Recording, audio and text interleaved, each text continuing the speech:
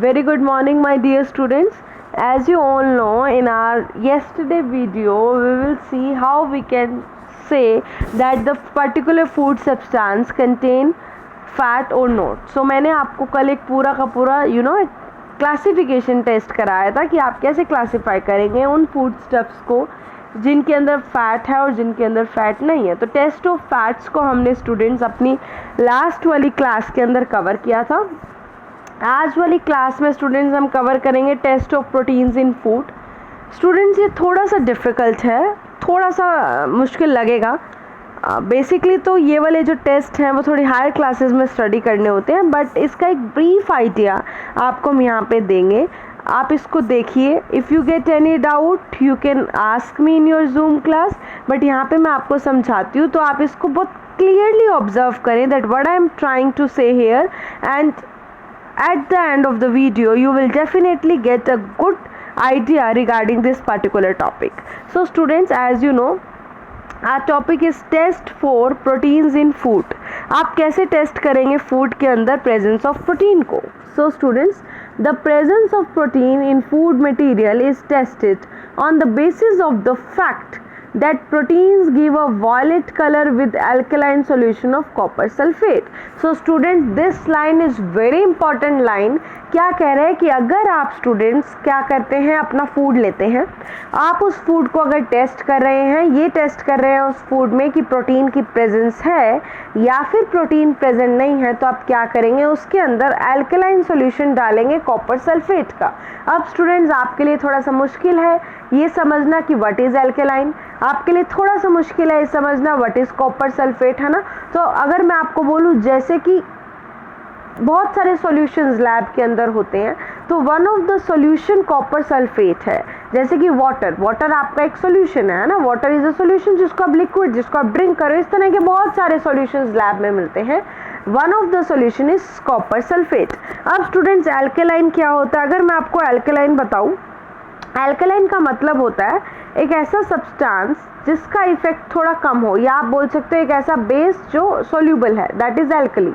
अब आपके लेवल पे थोड़ा सा मुश्किल हो जाएगा ये समझना कि एसिड बेस क्या है, एल्कलाइन क्या है। तो मैं आपको अगर थोड़ी सा एक सिर्फ ब्रीफ आइडिया देने की कोशिश करूँ ताकि आप लोग थोड़ा सा समझ पाएँ, तो ये कुछ इस तरह से, मान लो आपने क्या किया, आपने नींबू पानी बनाया, आपने आधा ग्लास पानी का लिया और उसमें आपने 2 लेमन को स्क्वीज़ कर दिया, 2 लेमन उसमें डाले, आपने टेस्ट किया, आपने देखा कि वो बहुत ज़्यादा खट्टा है।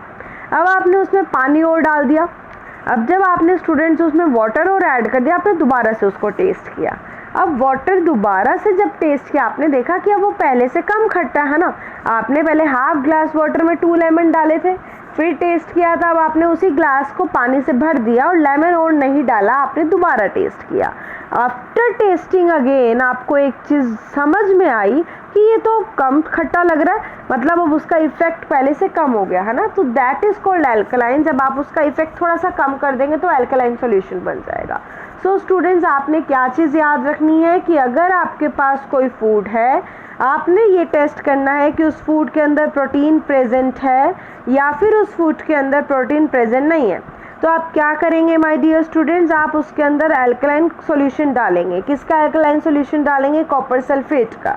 जब आपने उसके अंदर कॉपर सल्फेट का एल्कलाइन सॉल्यूशन डाला, तो अगर स्टूडेंट्स उसका वॉयलेट कलर आएगा, अगर उसका वॉयलेट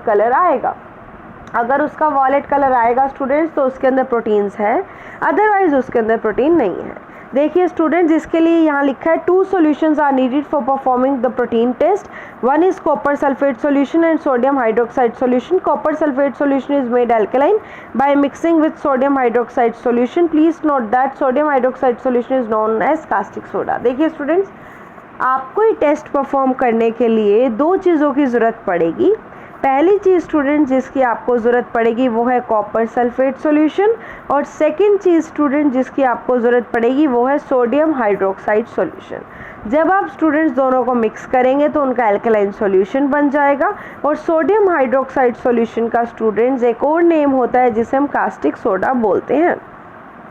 अब प्रोटीन्स का टेस्ट करने के लिए student the food should be in liquid form और in the form of suspension, so if the food tested in the solid form, so students इसमें यही है कि आपको एक्टिविटी परफॉर्म करनी है। कैसे परफॉर्म करनी है, आपने मान लो एक टेस्ट ट्यूब ली। टेस्ट ट्यूब क्या होता है स्टूडेंट्स, ऐसे ही एक छोटी सी ट्यूब होती है ग्लास की, इस तरह की शेप की टेस्ट ट्यूब हो जाती है। इसके अंदर आपने क्या किया, फूड स्टफ ले लिया। जिस भी फूड के ऊपर आपको ये टेस्ट करना है कि उसके अंदर प्रोटीन है या फिर उसके अंदर प्रोटीन नहीं है, वो वाला फूड स्टफ आपने ले लिया। Take 2 ml of given food stuff solution in the test tube. Test tube में आपने फूड स्टफ सॉल्यूशन को लिया, उसमें आपने क्या किया स्टूडेंट्स, उसमें आपने क्या किया, बहुत ही कम आपने उसमें क्या किया, NaOH डाला। पहले आपने उसमें NaOH डाला। NaOH डाला कब तक डाला, जब तक क्लियर मिक्सचर आपको नहीं मिल गया। फिर आपने पहले तो आपने क्या करना है, NaOH डालना है इसके अंदर। फिर स्टूडेंट्स आपने क्या करना है, इसके अंदर आपने कॉपर सल्फेट डालना है। कॉपर सल्फेट, कॉपर सल्फेट कितना डालोगे स्टूडेंट्स, 2 to 3 ड्रॉप्स। कितना डालोगे, 2 to 3 ड्रॉप्स। कितना डालोगे, 2 to 3 ड्रॉप्स। सो अभी हमने क्या पढ़ा, हमने कहा कि ये ग्लास की ट्यूब लेनी है, उसमें जिस पे भी आपको टेस्ट करना है वो वाला फूड स्टफ उसके अंदर डालना है।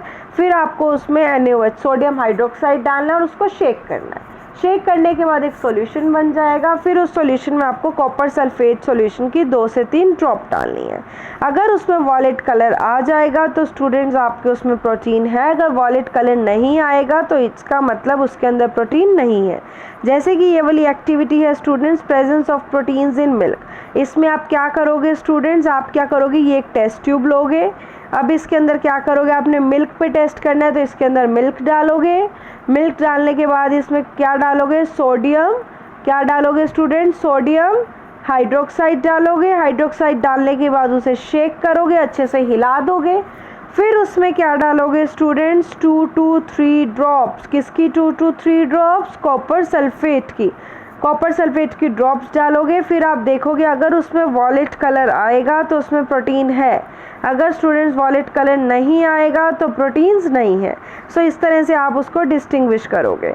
ठीक है my dear student, next page पे स्टूडेंट्स आपको दिया गया है कि आपने यही सेम एक्टिविटी किसके साथ परफॉर्म की, यही एक्टिविटी आपने बॉयल एग के साथ परफॉर्म की। सो स्टूडेंट्स अगर आपने एक टेस्ट ट्यूब ली, टेस्ट ट्यूब के अंदर स्टूडेंट्स अगर आपने बॉयल एग लिया, टेस्ट ट्यूब के अंदर स्टूडेंट्स अगर आपने क्या किया, बॉयल एग लिया, एग के ऊपर आपने वही पहले NaOH डाला, शेक किया। शेक करने के बाद उसमें कॉपर सल्फेट की, मतलब copper sulphate COPPER copper sulphate की कितनी ड्रॉप्स डाली, 2 to 3 ड्रॉप्स। अगर उसमें वॉलेट कलर आया इट मीन स्टूडेंट्स उसमें प्रोटीन है, अगर वॉलेट कलर नहीं आया तो प्रोटीन उसमें नहीं है। अब मैं आपको एक और चीज़ बता दूं, कॉपर सल्फेट का कलर ब्लू होता है, अगर वो एज इट इज़ ब्लू ही रहेगा तो इसका मतलब उसमें प्रोटीन नहीं है, बट अगर वो वॉलेट कलर आ जाता है तो इसका मतलब उसमें प्रोटीन है। So this is all for today students. थोड़ी सी एक्टिविटी हो सकता है आपको मुश्किल लगे, वो भी सिर्फ इसलिए क्योंकि आपने सोडियम हाइड्रोक्साइड कॉपर सल्फेट्स को नहीं पढ़ा है। थोड़े हायर क्लासेस में सॉल्यूशन के नेम्स, इनके फॉर्मूलेज आते हैं। 9th स्टैंडर्ड में बेसिकली आपको ये सब सिखाया जाता है, बट यहाँ पे 2 ऐसे सॉल्यूशन यहाँ पे यूज़ हुए हैं तो आपको इनको एज इट इज़ इनका नेम लर्न करना है। One is sodium hydroxide and another one is copper sulphate. Students hope so आप इसको समझने की कोशिश करेंगे। आप इसको देखने के बाद क्लियरली रीड आउट करिए from your book and you will get a better understanding of it. So thank you so much my dear students, it's all for today.